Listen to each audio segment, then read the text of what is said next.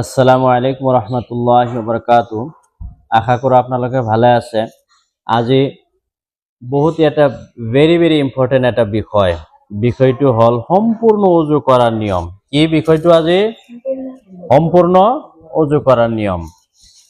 তো বলক আমি আরম্ভ করো, হ্যাঁ না নাই? তো সর্বপ্রথমে কিবলামুখী হৈ পাক আৰু ওখ ঠাইত বহি ওযুৰ আৰম্ভণিতে বিসমিল্লাহ বা এই দোয়া পাঠ কৰিব লাগে। সৰ্বপ্ৰথম ওখ ঠাইত বহি কিবলামুখী হৈ পাক আৰু ওখ ঠাইত বহি কিবলামুখী হৈ। এতিয়া আমাৰ অজুখানাবিলাক য'ত অজুখানা আছে না নাই, টেবৰ চিষ্টেম বহাৰ চিষ্টেম আছে, কিবলামুখী যথাসম্ভৱ কিবলামুখী অজুখানা বনাব লাগে আৰু কিবলামুখী বহিয়েই কি কৰিব লাগে? অজুটো আৰম্ভ কৰিব লাগে। মুস্তাহাব হয় এইটো। তো সৰ্বপ্ৰথম কিবলামুখী হৈ পাক আৰু ওখ ঠাইত বহি কি কৰা? অজুৰ আৰম্ভণিত বিসমিল্লাহ পাঠ কৰি কি কৰা? অজু আৰম্ভ কৰা। অথবা বিসমিল্লাহিল আলিয়্যিল আযীম আলহামদুলিল্লাহি আলা দীনিল ইসলাম এই দোয়াটো পাঠ কৰি কি কৰা? অজু আৰম্ভ কৰা। প্ৰথমতে হাতত পানী লৈ দুয়ো হাত কবজা লৈ ধোৱা। দুয়ো হাতৰ কবজা লৈকে কি কৰা? ধোৱা। ইয়াৰ পিছত গড়গড়া সহ 3 বাৰ কি কৰা? কুলি কৰা। এইবিলাক বুজাই দিয়াৰ আৰু দৰকাৰ নাই, আমি সাধাৰণতে অজু কৰিয়ে থাকো, হ্যাঁ না নাই? গড়গড়া সহ 3 বাৰ কি কৰা? কুলি কৰা। ৰোজাদাৰ হলে গড়গড়া কৰিব নালাগে। ৰোজা অৱস্থাত যদি আমি কি কৰা নাই, গড়গড়া কৰিব নালাগে। গড়গড়া কৰিলে মুখৰ ভিতৰত কি হ'ব? পানী সোমাই যাব, তেতিয়া আমাৰ ৰোজা ভংগ হব। তো এই কাৰণে গড়গড়া সহ 3 বাৰ কুলি কৰা। মেচুৱাক কৰা। মেচুৱাক নাথাকিলে আঙ্গুলিৰে দাঁত ঘহা, এইটো শাহাদত আঙ্গুলি কয়। মেচুৱাক যদি নাই, আৰু এইটো খেয়াল কৰা, অজু কৰাৰ সময়ত মেচুৱাক কৰিব লাগে। তাৰপিছত 3 বাৰ হাতেৰে নাকত পানী প্ৰৱেশ কৰাই বাও হাতেৰে নাক পৰিষ্কাৰ কৰা। হাতেৰে নাকত পানী দি বাও হাতেৰে নাক কি কৰা? পৰিষ্কাৰ কৰা। কেইবাৰ কৰিব লাগিব? 3 বাৰ। ইয়াৰ পিছত 3 বাৰ সম্পূৰ্ণ মুখমণ্ডল ধোৱা, অৰ্থাৎ এই কপালৰ চুলিৰ গুৰিৰ পৰা থুতুৰিৰ তললৈকে আৰু এখন কাণৰ পৰা আন এখন কাণৰ লতিলৈ ধোৱা। এই মুখমণ্ডল 3 বাৰ ধুব লাগিব। বুজি পাইছ নে নাই? দাড়ি ঘন হলে দাড়ি খিলাল কৰা। যদি মোৰ দাড়ি ঘন, এইকাৰণে দাড়ি খিলাল কৰিব লাগে। খিলাল কৰা তলৰ পৰা হাত দি এনেকৈ খিলাল কৰিব লাগে। ইয়াৰ পিছত হল হাতৰ কিলাকুটিৰ 4 আঙ্গুল মান ওপৰলৈকে 3 বাৰ ধোৱা। এই হাতৰ কিলাকুটিৰ 4 আঙ্গুল মান ওপৰত কি কৰা? এইটো ধোৱা।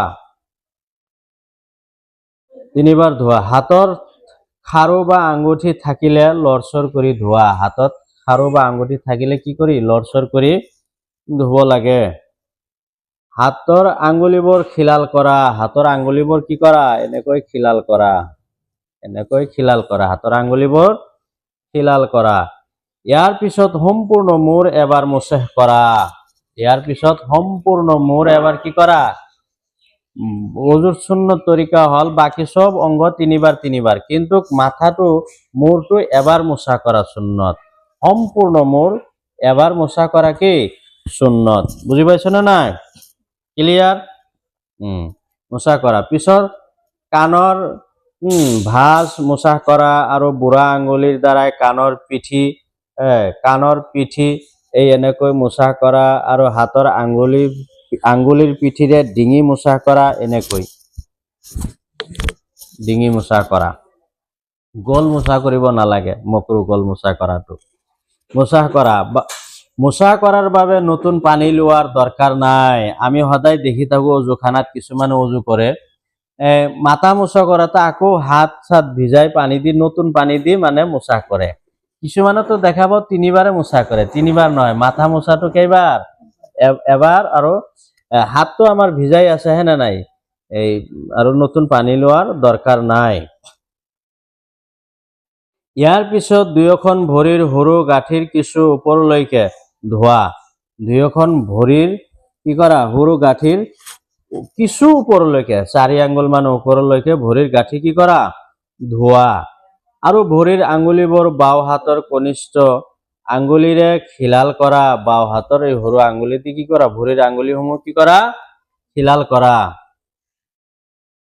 অজুৰ শেষত ৰৈ যোৱা পানী থিয় হৈ পান কৰা আৰু অজুৰ শেষত সূৰা কদৰ পাঠ কৰা তাৰ পিছত কালিমায়ে শাহাদাত পাঠ কৰা অজুৰ শেষত ৰৈ যোৱা পানী থিয় হৈ পান কৰা আৰু অজুৰ শেষত সূৰাতুল কদৰ ইন্না আনজালনাহু ফি লাইলাতিল কদৰ এইটো আছে না এইটো দোয়া পাঠ কৰা তাৰ পিছত কলিমা শাহাদাত পাঠ কৰা আশহাদু আল্লা ইলাহা ইল্লাল্লাহ ওয়াহদাহু লা শাৰীকা লাহ ওয়া আশহাদু আন্না মুহাম্মাদান আবদুহু ওয়া ৰাসূলুহু ইয়াৰ পিছত এই দোয়াটো পড়া আল্লাহুম্মা